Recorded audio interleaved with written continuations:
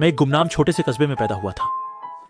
उस कस्बे में एक सुंदर आंटी थी जो हमेशा मुझे कुछ स्वादिष्ट खाने को देती थी और वह अन्य लोगों के प्रति भी विशेष रूप से मित्रवत थी।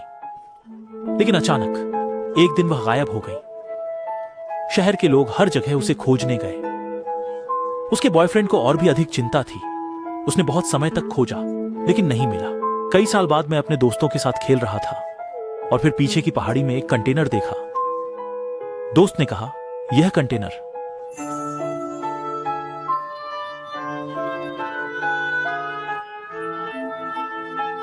अंत में हमने कंटेनर खोला और अचानक से एक अजीब सी गंध आई। अंदर का दृश्य भी हमें चौंका देने वाला था। मैंने तुरंत फोन निकालकर पुलिस को कॉल किया। पेशेवर लोगों द्वारा जांच के बाद यह पाया गया कि कंटेनर के अंदर की व्यक्ति वही लापता दयालु आंटी थी और हत्यारे को भी बहुत जल्दी पकड़ लिया गया।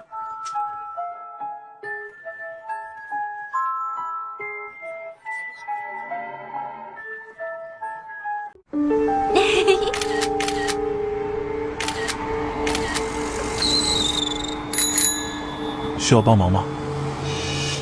帮你拍照啊。那你先往后面站一点。可以吗？我看一下呀。要不还往后退一点吧。再退，再退。好好好，可以。我拍几张试一下哦。来，3、2、1。你要不要换个姿势？可以啊，这样好看吗？可以可以。手再高一点。对对对。好，完美。你好会拍哦。要不再多拍几张吧。好，来，你对下位置哦，再往后退一点。对，退到马路边就好。好好，手再举高。我帮你调整一下姿势吧。好啊。来，这只手这样，然后。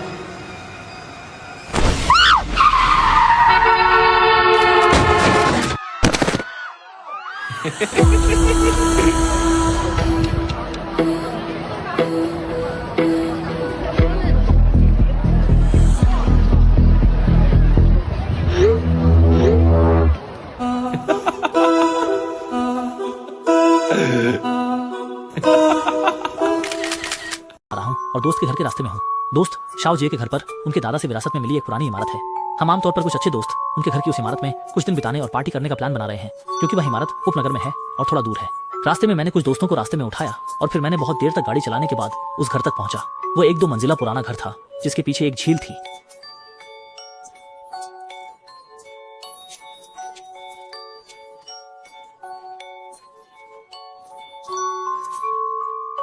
पहली मंजिल का हॉल बहुत विशाल है। मैंने ध्यान दिया कि चिमनी के ऊपर एक बड़ी पेंटिंग है। देखा जा सकता है कि यह शायद शियाओ जिये के परिवार का ग्रुप फोटो है, क्योंकि मैं शियाओ जिये के माता पिता को जानता हूँ और फोटो में बुजुर्ग दंपति शायद शियाओ जिये के दादा दादी हैं। बगल की कुर्सी पर एक महिला बैठी है। उसके हाथ में चांदी का कंगन है, चेहरा पीला और अभिव्यक्ति बहुत उठी हुई। ऐसा लगता है जैसे बिल्कुल अनिच्छुक।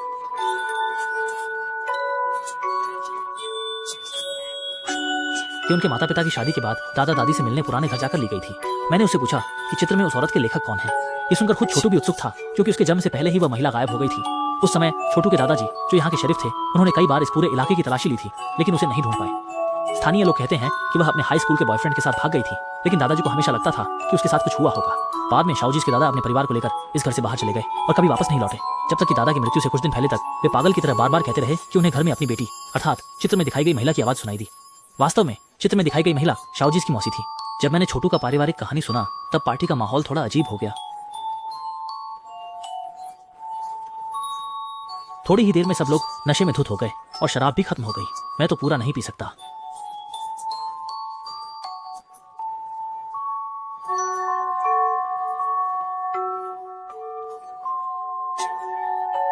लेकिन दोस्त अभी भी पीना जारी रखना चाहते थे और उन्होंने शराब खरीदने के लिए जाने की योजना बनाई, लेकिन दुकान काफी दूर थी।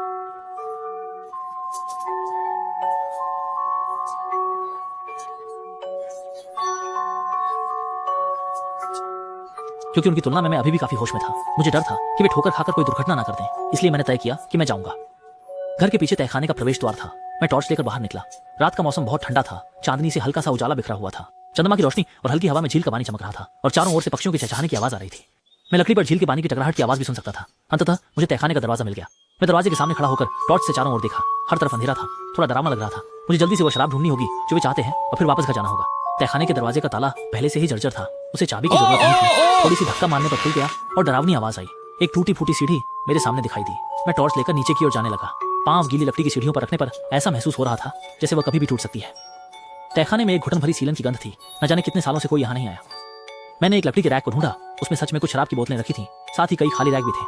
मैंने 2 बोतलें उठा ली और जैसे ही मैं वापस मुड़ा मुझे बाईं तरफ की दीवार के पीछे से एक हल्की सी चिड़िड़ की आवाज सुनाई दी। मुझे लगा ये चूहे या कोई और छोटा जानवर होगा, लेकिन जब मैंने दीवार पर टॉर्च की रोशनी डाली तो वह आवाज तुरंत बंद हो गई। सीढ़ियों पर कदम रखते ही मैं फिर से उस आवाज को सुनता हूँ जो पहले से ज्यादा तेज थी और लगता था जैसे कोई कुछ गंदा कर रहा हो। मैं डर के मारे पसीना पसीना हो गया। इस समय मैं आधी रात को अकेला एक अंधेरे और टूटे फूटे तहखाने में था। पता नहीं कहां से मुझे हिम्मत आई। मैंने फिर से टॉर्च की रोशनी दीवार पर डाली। सामने का दृश्य देखकर मेरा दिल गले में आ गया। मैंने देखा कि एक कमजोर और दुबली औरत फर्श पर लेटी हुई थी। चंकू का चेहरा उसकी मुड़ी हुई घुटनों में दबा हुआ था। उसने एक फटी हुई नीली स्कर्ट और हल्के सफेद रंग की कमीज पहनी थी। उसकी कलाई पर कुछ चमक रहा था। मैं इस बात पर विश्वास करना चाहता था कि मैं नशे में हूँ और यह सब एक भ्रम है, लेकिन मैं साफ साफ उसकी कमजोर सिस्कियां सुन सकता था। हालांकि मेरे भीतर की सोच मुझे वहां से भागने को कह रही थी, फिर भी मैंने कांपती आवाज में उससे पूछा, तुम ठीक तो हो ना? मुझे लगता है कि यह शायद एक बेघर व्यक्ति है जिसने इसे शरण स्थल के रूप में इस्तेमाल किया है। तभी मैंने देखा कि वह महिला धीरे धीरे सिर उठाने लगी। बाहर से छोटा जय का आवाज आई, एक बोतल लाने में इतनी देर क्यों लग रही है, जल्दी करो। उसकी आवाज सुनकर मैंने जल्दी से उसे कहा कि यहाँ तहखाने में एक बेघर महिला है, उसे हमारी मदद की जरूरत हो सकती है। छोटा जय ने यह सुनकर नीचे आया और उसके दोनों दोस्त भी उसके साथ थे। इसके अलावा 2 दोस्त भी उसके साथ थे। उन्होंने मेरी बताई जगह पर टॉर्च से फोटो खींची, लेकिन आंखों के सामने कुछ नहीं था। यहाँ लेटी हुई वह औरत अचानक गायब हो गई। वे सब मुझे मजाक में कहते हैं कि मैं नशे में हूँ और मुझे भ्रम हो रहा है। मुझे खुद भी अजीब लग रहा है। क्या ये सचमुच मेरा भ्रम है? घर में लौटकर मैं जल्दी से स्लीपिंग बैग में लेट गया और सो गया, जबकि वे अब भी शराब पी रहे थे। मैंने ज्यादा देर तक नहीं सोया। सुबह के 3 बजे से ज्यादा हो गए थे। सब नशे में धुत सो रहे थे, एकदम पत्थर की तरह। मैं उठा और वॉशरूम गया। बाथरूम की ओर जाते समय मैंने शीशे पर खटखट की आवाज सुनी। पीछे मुड़कर देखा तो फिर से उसी जमीन पर पड़े महिला का चेहरा दिखाई दिया। अंधेरे में वो चेहरा मुझे जीवन भर नहीं भूल सकता। वह खिड़की के बाहर खड़ी थी। उसकी कमजोर और थकी हुई हाथ लगातार शीशे पर दस्तक दे रहे थे। अचानक उसका पूरा चेहरा शीशे पर आ गया और उसकी आंखें भी बाहर आने वाली थीं। तभी मैंने ध्यान दिया कि उसकी पतली कलाई पर वही कंगन था जो उस फैमिली फोटो में उस लड़की की आंटी के पास था। क्या इतने वर्षों बाद वह गायब हुई महिला वापस आ गई है? लेकिन उसे देखकर ऐसा नहीं लगता कि वह जीवित है। मैं डर से चिल्ला उठा। मेरी चीख ने गहरी नींद में सो रहे दोस्तों को जगा दिया। फिर मैंने खिड़की की ओर इशारा किया। अब सबने उस खिड़की के बाहर खड़ी भूतिया आकृति को देखा। सभी हड़बड़ा गए। वो महिला आराम करने लगी। फिर उसने इशारा किया कि हम उसके साथ चलें। हम उसकी हिम्मत कैसे कर सकते थे? सब पागल होकर कार में चढ़ गए और निकल गए।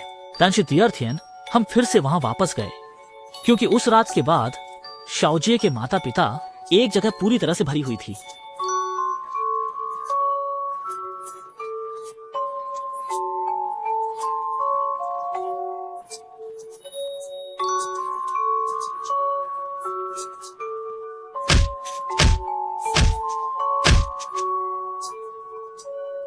आगे जो हुआ वह हमारी कल्पना से परे था। उन्होंने वहां एक नीली स्कर्ट और सफेद टॉप पहने हुए महिला का कंकाल पाया और वह चमकदार चीज वास्तव में उसके हाथ पर की कंगन थी और वह व्यक्ति वास्तव में शियाओजे की आंटी थी। पुलिस ने जांच के बाद अंततः सच्चाई जान ली कि सालों पहले उसके प्रेमी ने उसकी हत्या की थी और लाश को घर में छिपा दिया था। वह परिवार के बाहर जाने का इंतजार कर रही थी और फिर इस घर में लौटकर लाश को दीवार में छुपा दिया था। जब भी मैं उस रात को याद करता हूँ तो मुझे महसूस होता है कि उस रात जो महिला मैंने देखी वह शायद मुझे नुकसान पहुंचाना नहीं चाह रही थी, बल्कि वह मेरी मदद चाहती थी। छोटे जय के दादाजी ने मरने से पहले मकान में जो आवाज सुनी थी